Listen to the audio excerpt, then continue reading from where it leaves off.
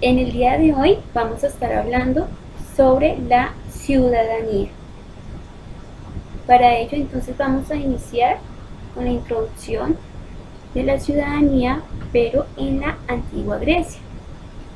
Resulta que este concepto de ciudadanía surgió, ¿sí?, en la antigua Grecia cerca del año, ¿sí?, en este caso del año quinto antes de Cristo, en las polis griegas, o sea, en las ciudades-estado, donde los ciudadanos participaban en las decisiones. Pero resulta que cuando hablamos de ciudadanía en la antigua Grecia, vamos a encontrar unas características que van a ser determinantes en todo el ejercicio democrático de la antigua Grecia. En primer lugar, en un principio, las asambleas griegas eran celebradas en el ágora, es decir, en la plaza de la ciudad, y solo tenían voz y voto los varones adultos, que fueran libres nacidos en Atenas, quienes también tenían obligaciones militares. Este sistema es en el cual los ciudadanos tomaban las decisiones de la ciudad, pues era la democracia. Resulta que aquí vemos algunas características de la ciudadanía que se ejercía en la antigua Grecia, y una de ellas es que era excluyente. O sea, no todos tenían la oportunidad de practicar o de participar en la toma de decisiones. Entonces, la antigua Grecia, ¿sí?, la ciudadanía se ejemplificaba mediante la vida. Aquel ciudadano activo que conocía sus derechos y deberes, que participaba y decidía en la construcción de una sociedad, pues en este caso era un hombre, era un varón. Entonces, a partir de esto, los griegos crearon un modelo de ciudadanía que encontró cabida y participación en la democracia directa. En este caso, vamos a encontrar que habían unas limitaciones en esa ciudadanía. Primero, entonces, como ya habíamos dicho, era excluyente, solo participaban los varones, las mujeres eran excluidas y estaban subordinadas. Los niños, los extranjeros y los esclavos, ellos también permanecían al margen de la toma de decisiones. Por lo tanto, pues no eran considerados ciudadanos. Solo los atenienses eran libres e iguales. Que en este caso, pues esa sería la segunda limitación, porque no era así el resto de la gente. El resto de la gente no era considerada muy libre y tampoco pues tenían los mismos derechos. Ya en un tercer momento, en un tercer lugar, vamos a encontrar otra limitación, y es que la libertad era solo la de participar, pero no estaban protegidos en la vida privada, o sea, que en la cual podían darse fácilmente las injerencias de la asamblea, o sea, fácilmente otros podían ingerir en las tomas de decisiones. Y ya por último, pues entonces ahí vamos a mirar que vamos a encontrar la participación directa solo ha sido posible en comunidades reducidas. O sea que en este caso, ya por último, la participación directa solo ha sido posible para un grupo pequeño, algo que no ocurría pues literalmente en Grecia. Entonces, estos serían algunos de los limitantes de la ciudadanía en la antigua Grecia, que ya ahorita más adelante vamos a hablar sobre la ciudadanía, pues algo relativamente, una introducción de la ciudadanía en la actualidad.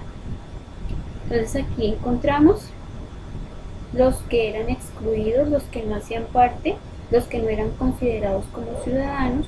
Entonces los extranjeros no eran considerados como ciudadanos, los esclavos ni las mujeres. Y pues ya hemos mencionado los niños. Ellos entonces no tenían ningún tipo de participación y no eran considerados como ciudadanos. La participación ciudadana en Grecia, pues entonces fue de vital importancia, porque para nosotros, a nosotros nos dejó un legado. También, en este caso, cómo ejercían los ciudadanos esa oportunidad de participar en la toma de decisiones. Entonces, en este caso, los cargos públicos se elegían por voto y otros por sorteo. Entonces aquí vemos que tenían pues también derechos, que también tenían deberes.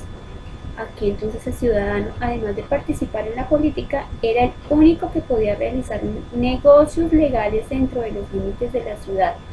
Sin embargo, era obligación cumplir las leyes, participar en la defensa y en las instituciones políticas de la ciudad.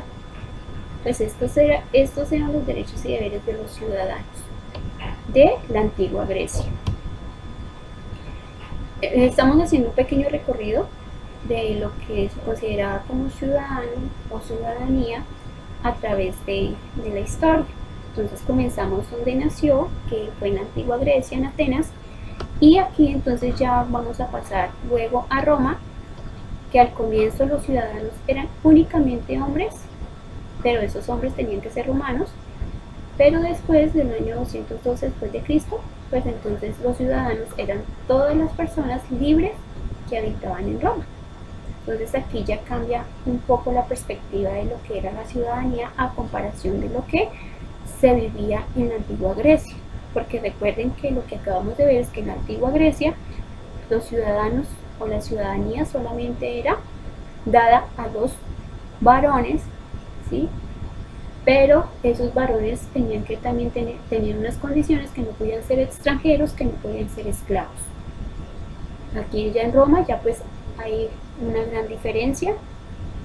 Y ya en la Edad Media no se habla de ciudadanos. Entonces aquí en la Edad Media no existía el concepto de ciudadano. Recuerden que nosotros en historia hemos estado hablando de que en este caso eran siervos, ¿sí? Siervos, había vasallaje, por lo tanto no había ningún tipo de libertad. Por eso no se habla de ¿qué? De ciudadanos en la Edad Media o de ciudadanía. Luego de la Edad Media entonces ya vamos a encontrar, cerca ya en la Revolución Francesa, que ya aparece el concepto moderno de ciudadano a finales del siglo XVIII. Desde ahí en adelante entonces sí va a haber una aproximación a lo que nosotros conocemos en la actualidad como ciudadanía.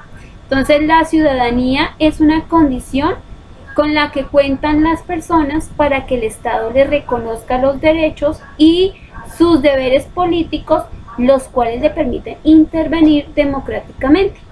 Entonces es importante tener en cuenta que ese concepto de ciudadanía nació en Grecia, que luego en Roma hubo unos cambios muy importantes porque ya fue considerado no solamente los hombres, sino que ya se le dio la oportunidad a todas las personas que fueran romanas.